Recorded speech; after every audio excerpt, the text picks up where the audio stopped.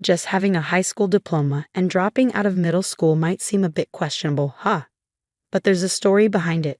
No need to delve into details. Our paths just took different turns. Alright, no need to phrase it so bluntly. I'm 33 now, happily married to David for a decade. Our little Betty, a first grader, completes our trio. Art has been my passion since childhood, and now it's my profession. And with another baby on the way, each day presents new challenges as my belly expands. Despite his packed schedule, David makes an effort to be home early. He goes above and beyond, even taking time off work to handle chores and childcare for me. Life has been smooth sailing for our little family until recently. We reside on the first floor of a towering apartment complex. It was just the other day, returning from a shopping trip, that I noticed a familiar face. It was Emma, a classmate from our middle school days. Our paths hadn't crossed since those days, apart from a brief reunion right after middle school.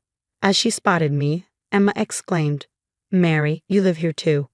"Yeah, what about you?" I replied. "Moving in today," she confirmed. It seemed Emma had just settled into the building. Her expression soured as she realized we were now neighbors. Can't believe I ended up in the same high-rise as a fellow dropout. It's surreal, really. You see, I didn't pursue further education after middle school for my own reasons, but I never shared that with Emma. The last time we spoke, she ridiculed me for my decision, and it seems nothing has changed. She's still looking down on me. Irritated, I listened as Emma went on. "So what floor are you on?" "First floor," I replied. Emma's face lit up with a smug grin. "First floor? Figures, considering you're a dropout. You'll have to come up to my place on the 35th floor sometime. Spectacular views, she boasted. Emma revealed that she had been employed at a prominent corporation after college until the previous year. Now she aimed to launch her own venture, utilizing her high-rise apartment as both residence and office. So essentially, I'll be the CEO. "And you? Do you have a job?" Emma inquired, prompting me to explain my occupation. "Yeah, I work in the art industry," I began. Emma cut in, "Art? Like drawing? Is that even a job?" Feeling slighted, I retorted, "I've transformed my passion into a profession, and it's very much a legitimate career." Disregarding my response, Emma remarked, "Well, it must be convenient relying on household income. What's your target, like $900 a month?" I remained silent, lacking the energy to respond. It felt as though those of us who had dropped out lived in a completely different world compared to the elites like Emma. Just then, David and her daughter Betty, both dressed for work, approached. "Mom." "Oh, Mary, do you two know each other?" David asked, glancing between us. Emma glanced at David before hastily departing. "Is this your husband?" David asked me. Feeling insulted, I finally spoke up. "Why are you laughing? That's disrespectful." Emma remained unapologetic. "I wasn't laughing. He just fits the stereotype I'd expect from a dropout like you. A two-income family on the first floor. He probably doesn't earn much either." Emma's rudeness reached its limit for me. "How dare you speak about my husband that way? Apologize?" Emma laughed. "Apologize? Why should I? By the way, are you pregnant?" Finally noticing my pregnancy, Emma commented, "Yes, I see you're 7 months along. Must be the financial strain with another child on the way. Can you even afford to live here?" Fed up with Emma's snide remarks, I took hold of David and Betty and made my way home. Emma called out after us, "Feel free to visit the 35th floor for a better view anytime." But I brushed off her comment and entered our apartment. Throughout the day, I couldn't shake off my anger towards Emma. Why did she feel the need to say such hurtful things? That night, after Betty had fallen asleep, David asked me what had happened. I recounted the encounter with Emma, how she had mocked me for being a dropout and demeaned my work. David's face flushed with anger, his frustration seemingly surpassing my own. He was well aware of my past, including my decision to drop out of school, and had chosen to marry me with full acceptance of who I am. We mutually agreed to keep our distance from Emma, as our animosity towards her showed no signs of fading. Fortunately, we managed to avoid any encounters with her for a while. However, our respite was short-lived. In the span of a single day, we received a postcard inviting us to a school reunion. Despite my close ties with my middle school friends, I couldn't help but feel apprehensive about the possibility of encountering Emma and enduring her unwelcome remarks amidst the anticipated reunion with old friends. Despite my concerns about encountering Emma, I decided to attend the reunion, recognizing that opportunities to meet with friends might be limited after the arrival of our baby. When the day of the reunion arrived, it was held in a rented hotel ballroom. Upon my arrival, I was warmly greeted by friends I hadn't seen in years, and we quickly fell into engaging conversation. It had been far too long since our last reunion, and there was much to catch up on. Our bond as a group remained strong over the years, transcending gender. Some of us had become parents, while others pursued various career paths, yet we all cherished the chance to share updates about our families and professional lives. However, our reunion was interrupted when we suddenly heard Emma's voice from behind us. Emma's arrival was no surprise, and her presence immediately grated on us. Engrossed in conversation with close friends, we hadn't noticed her approach until she uttered, "Breathing the same air as poor people is making me sick." Emma's ostentatious attire and exaggerated demeanor stood out against the backdrop of the reunion. Her heavy makeup and flashy dress seemed out of place, reinforcing the consistent bad attitude she exuded. Even in middle school, Emma had been known for her self-centeredness and tactless remarks, traits that made her someone we generally avoided. And true to form, nothing had changed. At 33, she remained as obnoxious as ever, prompting us to exchange eye rolls. Breaking the uncomfortable silence, one friend addressed Emma. "Who are you referring to as poor, Emma?" Without hesitation, Emma pointed at me, saying, "Who else but Mary?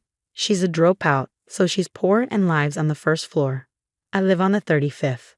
Emma's remark comparing our situation to a master-servant dynamic was met with laughter.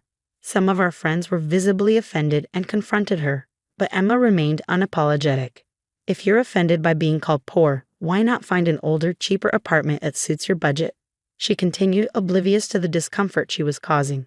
Emma persisted in belittling me, suggesting that I should leave behind my modest income and the upscale apartment building we resided in. Confused by Emma's comments, my friends turned to me and asked, "Mary, do you really only earn $900 a month?" I clarified, "No, that's just Emma's assumption." As we conversed, Emma interjected, "What are you two whispering about? Mary relies comfortably on her husband's income, working part-time due to her dropout status, while I am a CEO." At this point, a male classmate was on the verge of speaking up. "Emma, did you know that Mary is a well-known artist?" One of my friends interjected. Emma appeared puzzled and replied, "An artist? So what?" Deciding to clear the air and not allow Emma's arrogance to sour the reunion any further, I spoke up. "Actually, I studied art in France right after middle school. Although I didn't complete a formal program, you could say I dropped out."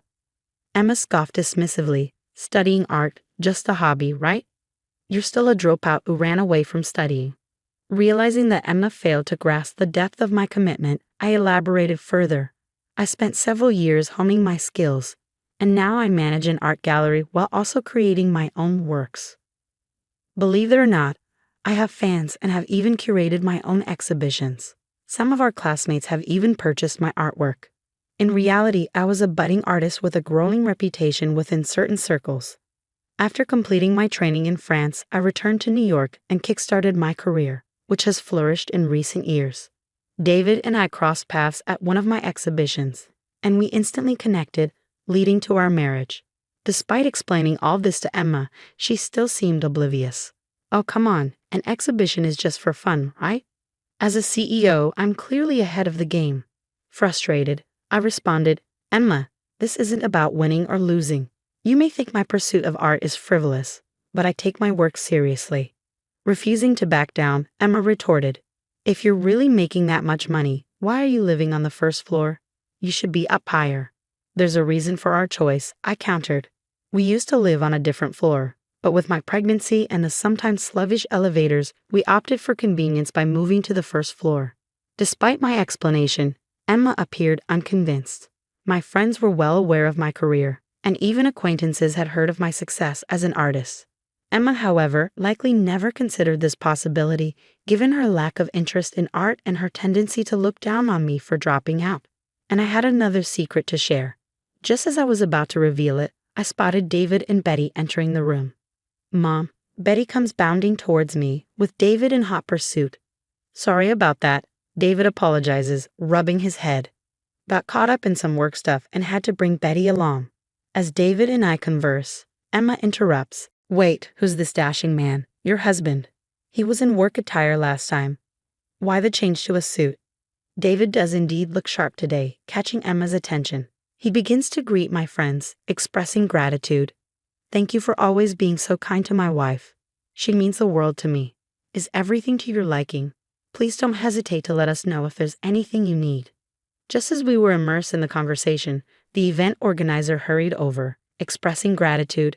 Thank you for providing this wonderful venue free of charge. The food and drinks are exceptional. We truly appreciate it. The truth was, this hotel belonged to David's parents, and he had recently taken over as CEO. David had generously offered the venue for the reunion without any cost. Emma's expression shifted to a pale hue as she processed this information. Wait, you're the wife of a CEO? She had previously looked down on me as someone of lesser means, but here I was, an accomplished artist and the spouse of a CEO. Emma seemed visibly stunned. How did a dropout like you end up married to someone so affluent when someone like me, from an elite background, is still single? What did you do to achieve this? Emma's tone was laced with bitterness as she challenged me. Finally noticing Emma, David intervened. We've met before. I apologize for appearing in work clothes last time. I was assisting with a neighborhood cleanup, David explains. As the owner of the high-rise apartment, it's crucial to foster positive relationships within the community. Emma's complexion pales. Wait, you own that high-rise? She gasps. Your family owns it? In truth, David is the owner of the high-rise. His family boasts a long-standing wealth, spanning generations, with interests in hotel management and ownership of various properties. Our residence is situated within one of those properties, the very high-rise in question. Emma stood there, utterly stunned, unable to muster a response. David chimed in. Oh, and just so you know, we'd love to have you over to the penthouse sometime. The view is spectacular. You can even see the Empire State Building.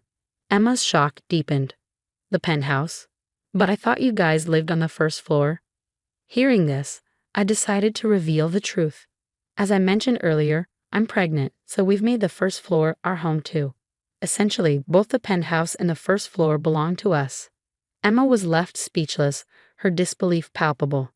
As I glanced around, I noticed our friends had fallen silent, attentively observing our conversation.